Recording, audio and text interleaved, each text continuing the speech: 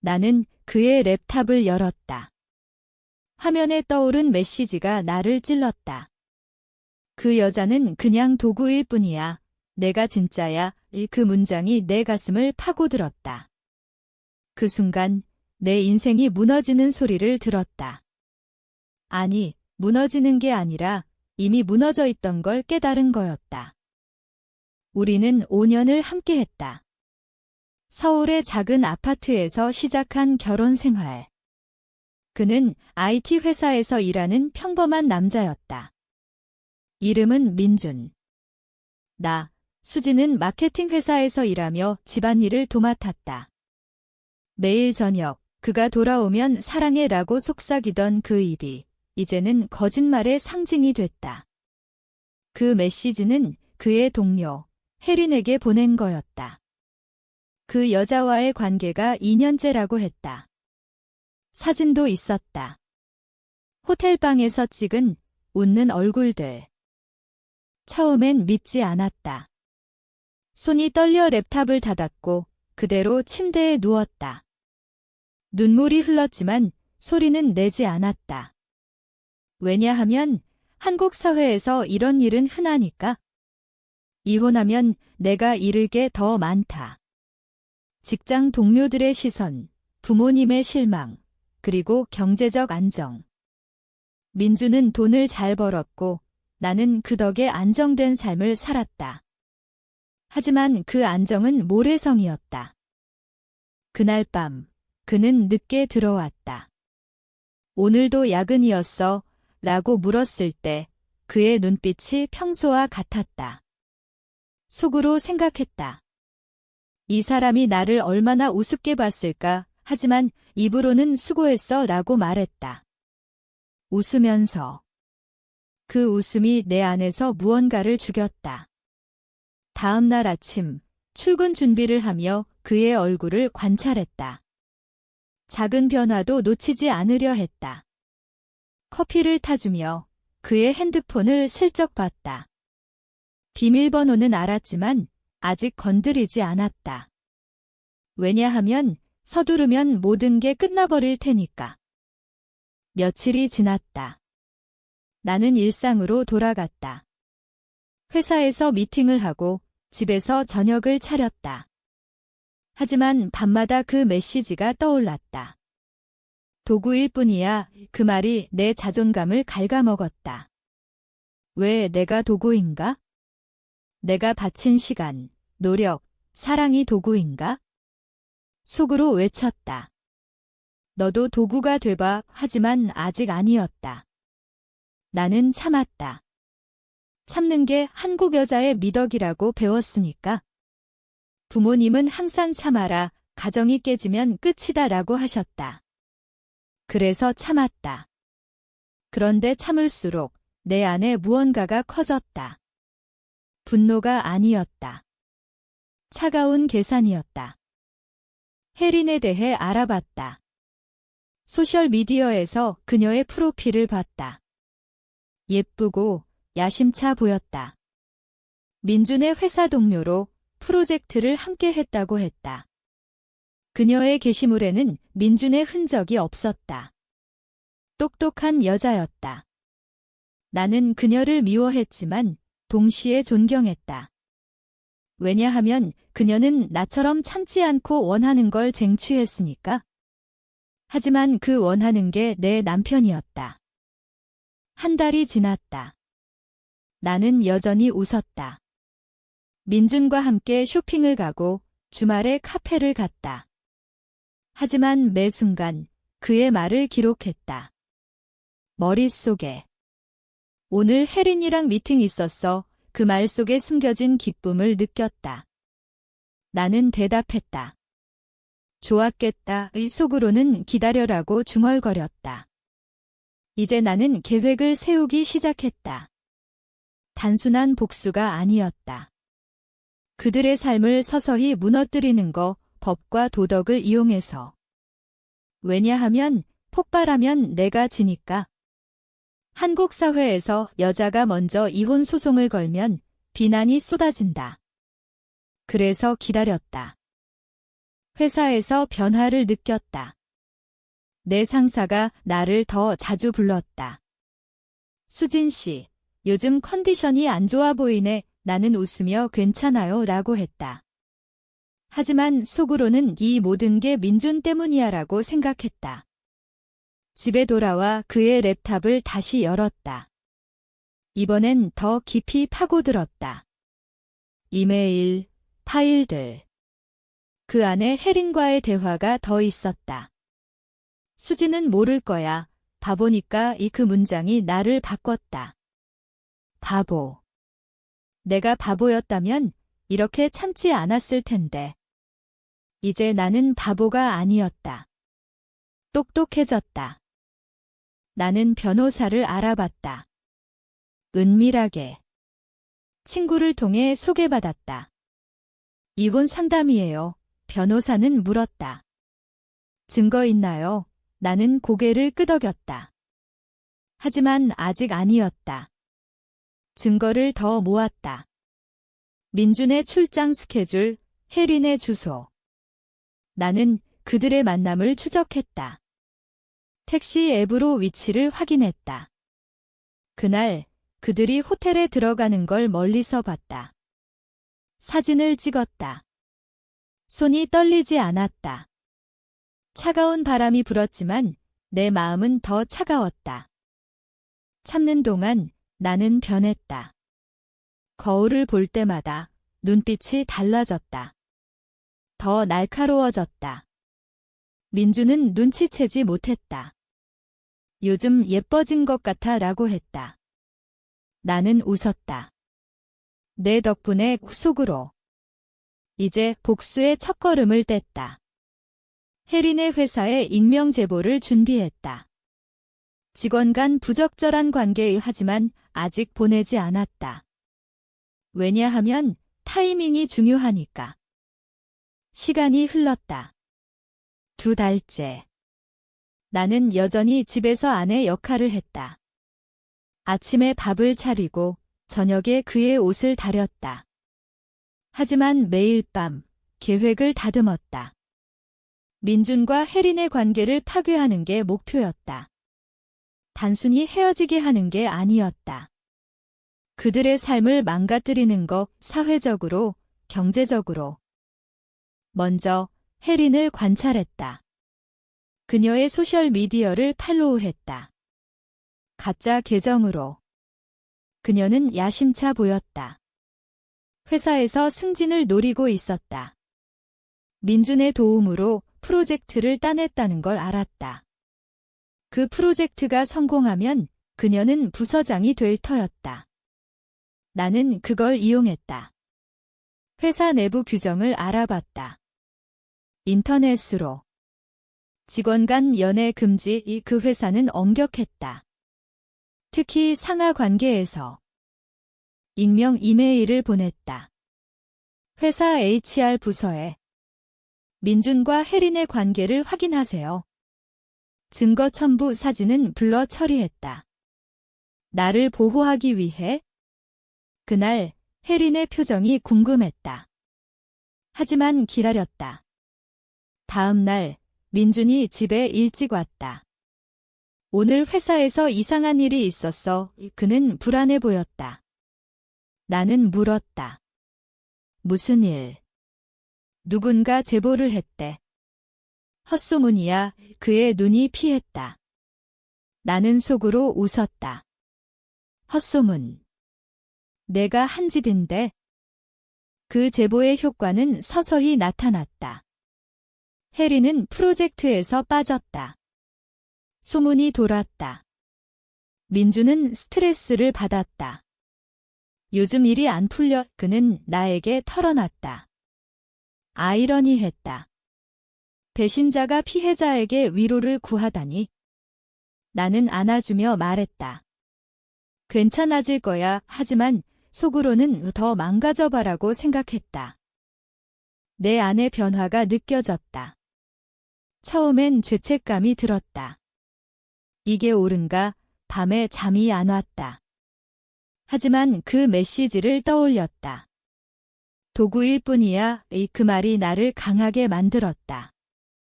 임랭 콩큐도옥 AI. 침묵은 아무도 구하지 않는다. 오히려 더 아프게 한다. 나는 이제 침묵을 무기로 썼다. 민준의 회사에도 손을 뻗었다. 그의 상사와 연결된 사람을 알았다. 옛 동창. 민준 씨, 요즘 소문이 안 좋아. 그 동창을 통해 소문을 퍼뜨렸다. 외도 중이래. 민준은 승진 기회를 놓쳤다. 그는 화를 냈다. 누가 이런 짓을 해? 나는 모른 척했다. 모르겠어. 조심해. 이 과정에서 나는 피곤했다. 정신적으로. 매일 관찰하고 기다리는 게 고통이었다. 친구들을 만날 때도 웃었다. 결혼 생활 어때? 좋아. 거짓말. 속으로는 지옥이야라고. 하지만 그 고통이 나를 단련했다. 이제 나는 냉정했다. 감정이 아닌 논리로 움직였다. 혜린과 민준의 관계가 흔들렸다. 그들의 메시지를 해킹 앱으로 봤다. 이제 그만하자. 혜린이 말했다. 민준은 아니, 기다려. 하지만 그녀는 떠났다. 나는 만족했다. 하지만 아직 끝이 아니었다. 이제 민준 차례였다. 그의 약점을 파고들었다. 재정. 그는 비밀 계좌가 있었다. 혜린에게 돈을 보낸 흔적. 나는 그걸 증거로 모았다. 변호사와 상담했다. 이혼 소송, 위자료 청구. 변호사는 말했다. 증거가 강력해요. 나는 고개를 끄덕였다. 하지만 서두르지 않았다. 민준을 더 괴롭혔다. 집에서 작은 함정을 놓았다. 그의 서랍에 혜린의 물건을 넣었다. 그는 당황했다.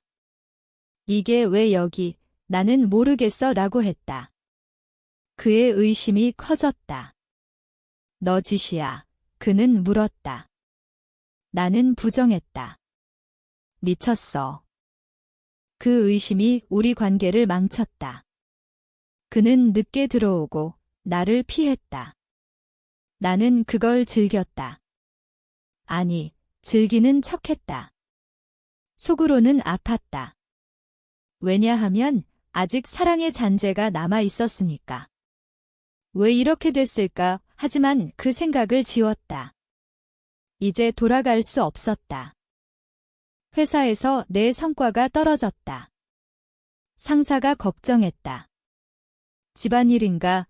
나는 네라고 했다. 하지만 그게 복수의 대가였다. 내 삶도 망가지는 중이었다.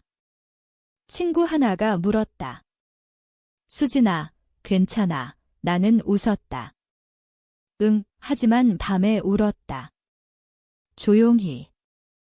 그 눈물이 나를 더 강하게 만들었다. 이제 다음 단계였다. 소송 준비. 3달째. 집은 전쟁터였다. 민주는 나를 의심했다. 너가 제보한 거지. 그는 소리쳤다. 나는 차분히 말했다. 무슨 소리야? 그의 얼굴이 일그러졌다. 혜린이랑 끝났어. 만족해. 그 말을 듣는 순간 내 심장이 멎었다. 그는 인정했다. 미안해. 실수였어. 하지만 그 미안함이 진심인지 알 수 없었다. 나는 대답하지 않았다. 대신 증거를 더 모았다. 그의 통화 기록, 은행 내역. 변호사는 완벽해요 라고 했다. 하지만 나는 기다렸다. 왜냐하면 단순 이혼이 아니었으니까. 그의 명예를 떨어뜨리는 거, 한국 사회에서 남자의 명예는 중요하다. 특히 직장에서. 민준의 회사에 또 제보했다. 부정행위, 회사 자금 유용, 거짓이었지만 증거를 조작했다. 사진 편집 앱으로. 그는 조사받았다. 집에 돌아와 울었다. 내 인생 끝났어. 나는 위로했다. 아니야, 잘 될 거야. 하지만 속으로는 내가 내 인생을 끝냈으니까. 내 심리가 변했다. 처음엔 복수로 만족할 줄 알았지만 이제 중독됐다. 그의 고통을 보는 게 쾌감이었다. 하지만 그 쾌감 뒤에 공허가 왔다. 나는 누구야? 거울 속 여자가 낯설었다. 눈이 차갑고 입술이 굳어 있었다. 혜린을 만났다. 우연을 가장해서. 카페에서. 수진 씨, 그녀가 놀랐다. 나는 웃었다. 오랜만 대화 중 민준 씨 잘 지내? 라고 물었다. 그녀는 피했다. 모르겠어요. 나는 속으로 내가 망친 거야 라고. 하지만 말하지 않았다. 대신 그녀의 새 직장을 알아봤다. 이직했다. 거기에도 소문을 퍼뜨렸다. 전 회사에서 문제 있었대. 그녀의 삶이 흔들렸다. 소셜미디어에 힘들다라는 게시물. 나는 댓글을 달았다. 가짜 계정으로. 자업자득 그녀는 삭제했다. 하지만 상처받았을 터였다. 민주는 술에 빠졌다. 매일 취해 들어왔다. 미안해, 수진아. 그는 무릎 꿇었다. 나는 일으켰다. 괜찮아. 하지만 다음 날 소송 서류를 준비했다. 이제 때가 됐다. 그의 약점을 모두 쥐었다. 이 과정에서 내 인성이 사라졌다. 친구들이 멀어졌다. 수진아, 변했어. 나는 무슨 소리라고 했지만 알았다. 복수가 나를 삼키는 중이었다. 밤에 악몽을 꿨다. 민준의 얼굴이 일그러지는 꿈. 깨어나면 스웨트이 흘렀다. 하지만 멈출 수 없었다. 이제 소송을 걸었다. 법원에. 외도 증거, 위자료 청구. 민준은 충격받았다. 왜 이제야? 그는 물었다. 나는 대답했다. 기다렸어. 그의 눈에 공포가 스쳤다. 이제 그는 나를 두려워했다. 법정에서 그는 변호사를 고용했다. 똑똑한 놈이었다. 증거 부족이라고 주장했다. 하지만 내 증거가 강력했다. 재판이 길어졌다. 그동안 그의 삶이 더 망가졌다.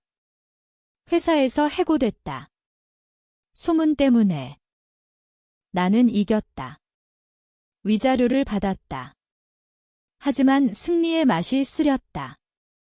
왜냐하면 내 삶도 빈 껍데기였으니까. 직장에서 잘렸다. 스트레스 때문에. 부모님은 왜 이혼해? 라고 하셨다. 나는 필요했어요. 라고 했다. 혜리는 해외로 갔다. 도망쳤다. 나는 추적하지 않았다. 충분했다. 이제 민준 차례. 그는 빈털터리가 됐다. 나는 그의 새 여자를 알아봤다. 없었다. 고립됐다. 내 안에 갈등이 커졌다. 이게 복수인가?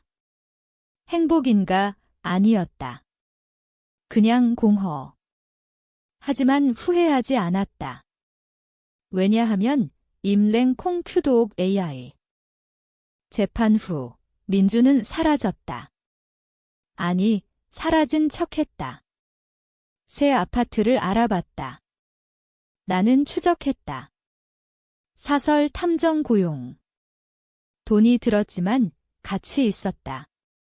그는 새 직장을 구했다. 작은 회사, 하지만 소문이 따라갔다.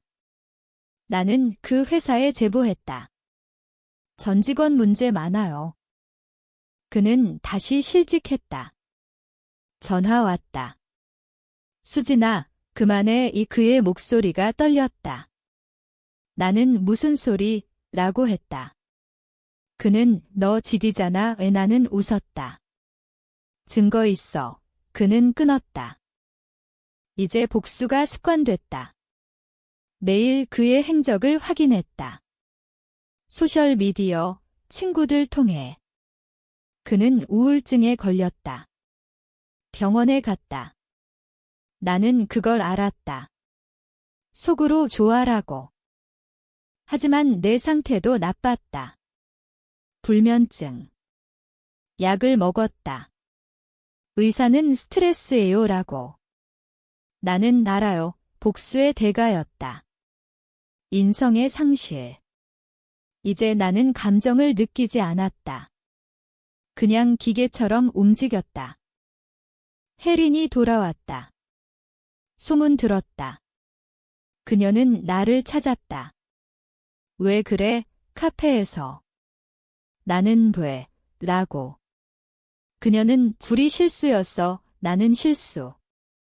내 인생이야. 그녀는 울었다. 미안해. 하지만 그 미안함이 가짜였다. 왜냐하면 그녀는 새 남자를 만났다. 알아봤다. 나는 그녀의 새 삶을 망쳤다. 그의 회사에 제보. 혜린 씨, 과거 문제. 그녀는 다시 이직. 이제 그녀도 고립됐다. 민준과 혜린이 다시 만났다. 위기에서. 나는 그걸 알았다. 호텔에서. 사진 찍었다. 이번엔 공개했다. 소셜미디어에. 익명으로. 이런 사람들 소문이 퍼졌다. 그들의 지인들이 알았다. 민주는 자살 시도. 병원에 입원. 소식 들었다. 나는 방문했다. 왜 왔어? 그는 물었다. 나는 걱정돼서. 하지만 속으로는 내가 느낀 고통이라고. 퇴원 후 그는 나를 고소했다. 스토킹. 하지만 증거 부족. 나는 이겼다. 법을 이용했다. 이제 그는 파괴됐다. 내 안의 불안이 커졌다. 이제 그만. 하지만 멈출 수 없었다. 복수가 나를 정의했다. 없이 살면 안 됐다. 친구가 말했다. 수진아, 위험해. 나는 괜찮아. 하지만 아니었다. 밤에 거울 봤다. 괴물이었다. 1년 후 민주는 거리에 살았다. 아니, 과장 아니야. 그는 가족과 끊겼다. 부모님도 포기. 혜리는 해외로 영원히 갔다. 나는 성공했다. 하지만 내 삶은 빈집. 새 남자 만났다. 하지만 신뢰 못했다. 헤어졌다. 복수의 끝이 보였다. 하지만 끝나지 않았다. 왜냐하면 내 안에 상처가 남았으니까. 그 메시지. 도구일 뿐이야. 그게 나를 움직였다. 민준을 마지막으로 봤다. 거리에서. 그는 나를 알아봤다. 수진이 그의 눈에 공포. 나는 지나쳤다. 말 없이. 집에 돌아와 울었다. 오랜만에. 왜 이렇게 됐어? 하지만 답 없었다. 복수가 나를 구했지만 파괴했다. 이제 나는 새 삶을 시작했다. 새 직장. 하지만 과거가 따라왔다. 소문. 그 여자, 복수기야. 사람들은 피했다. 내 심리가 무너졌다. 상담 받았다. 예요. 하지만 약속 지키지 않았다. 왜냐하면 인정하면 패배니까. 민준의 소식. 그는 회복했다. 새 시작. 나는 다시 제보 준비. 하지만 손이 멈췄다. 이제 그만. 갈등. 결정했다. 마지막 함정. 그의 새 회사에. 과거 범죄 거짓. 보냈다. 그 후 그의 자살 소식. 뉴스에. 나는 충격. 하지만 후회. 모르겠다. 내 아내 목소리. 내가 한 짓 하지만 그가 시작했어. 이제 나는 혼자. 복수의 끝 하지만 시작인가? 모든 게 끝났다. 민주는 죽었고 해리는 사라졌다. 나는 살았다. 하지만 이게 삶인가? 거울을 봤다. 낯선 얼굴. 너는 누구야? 이 복수가 옳았을까? 아니면 나도 도구였을까?